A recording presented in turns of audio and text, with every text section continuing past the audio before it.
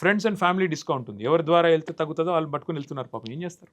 అట్లాంటి పరిస్థితి వాళ్ళ హైదరాబాద్‌లో ఉంది. కేటీఆర్ గారు మీరు ఫార్మాసిటీ ల్యాండ్ అక్వైర్ చేశారు. పెడదామని చూసారు. ఫార్మాసిటీని అలానే ఉంచుతూ దాన్ని ఇంకా దేశవ్యాప్తంగా అవసరమైతే ప్రపంచవ్యాప్తంగా గుర్తించే ఒక ఫ్యూచరిస్టిక్ సిటీగా పెట్టాలని కాంగ్రెస్ ప్రయత్నం చేస్తుంటే మీరు అడ్డుకుంటున్నారు. ఫార్మాసిటీని అట్లాగే మూసీని పెట్టారని మీకు ఎవరు చెప్పారు? చెప్తున్నారు కదా! ఎక్కడ ఫార్మాని చెప్పారు? ఉంచుతాం అక్కడ అలానే. అదే చెప్తున్నా మీకు. హైకోర్టులోనేమో ఫార్మాసిటీ ఉంటదని చెప్తున్నారు. బయటికొచ్చేమో అక్కడ వంతారా జూ ఉంటది.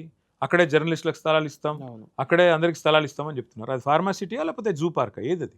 అంటే ఈళ్ళు సర్కార్ నడపట్లేదు. సర్కస్ నడుపుతున్నారు వీళ్ళు.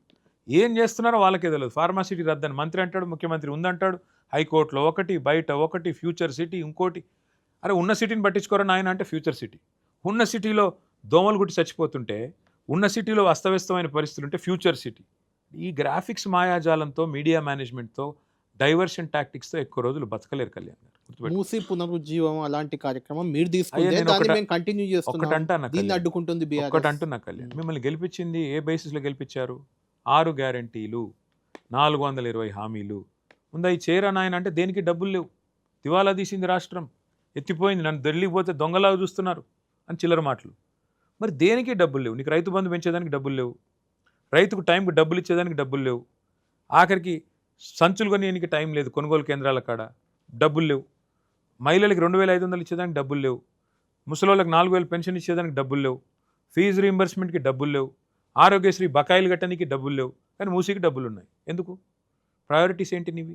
ఇది ప్రజలు అడుగుతున్న ప్రశ్న ఈరోజు. చెయ్యి మూసి ఎవడొద్దన్నాడు?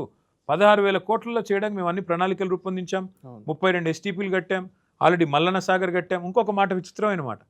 కాళేశ్వరం కూలేశ్వరం అయిపోయింది అంటాడు. ఇవాళ మూసీకి నీళ్ళు ఎక్కడి నుంచి వస్తున్నారండి? మల్లన్న సాగరే కదా.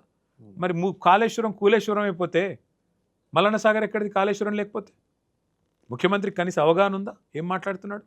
గోదావరి నీళ్లను నీ నెత్తి మీద, హైదరాబాద్ నెత్తి మీద తెచ్చిపెట్టింది కేసీఆర్ గారు కాదా? అది కాళేశ్వరం కాదా? మల్లన్న సాగర్, కొండపోచమ్మ సాగర్. మూర్ఖంగా మాట్లాడడం, తెల్లారు లేస్తే అదే ఒకటే అబద్ధాన్ని 100 సార్లు చెప్పడం. ప్రజలు అడుగుతున్నారు ఇవాళ. నీకు 200 కోట్లు పెట్టి మిస్ వరల్డ్ చేస్తావు, అందాల పోటీలు పెడతావు. 200 కోట్లు పెట్టి మెస్సీతో ఫుట్బాల్ ఆడతావు. నీ ఇంటి పక్కన జూబ్లీ హిల్స్లో ఆయన రాజసౌధం సరిపోవట్లేదంట మర్రి చెన్నారెడ్డి ఇన్స్టిట్యూట్లో బోడీ ప్యాలెస్ అని కొత్తదొట్టి కట్టుకున్నాడు 200 కోట్లు పెట్టి. పక్కన ఒక 5 కోట్లు పెట్టి ఫుట్బాల్ గ్రౌండ్ కట్టుకున్నాడు.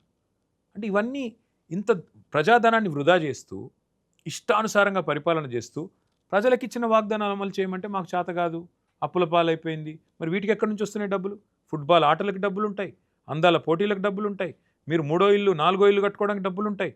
కానీ ప్రజలకు ఇచ్చేదానికి మాత్రం డబ్బులు ఉండవా? అందుకే ప్రజలు అడుగుతున్నారు. 6 గ్యారంటీల సంగతి ఏమైంది? 420 హామీలు ఏమైంది? ఎస్సీ ఎస్టీలకు మీరు ఇచ్చిన డిక్లరేషన్ ఏమైంది? ఇవన్నీ అడిగితే సమాధానం చెప్పకుండా మా మీద దాడి చేస్తారు.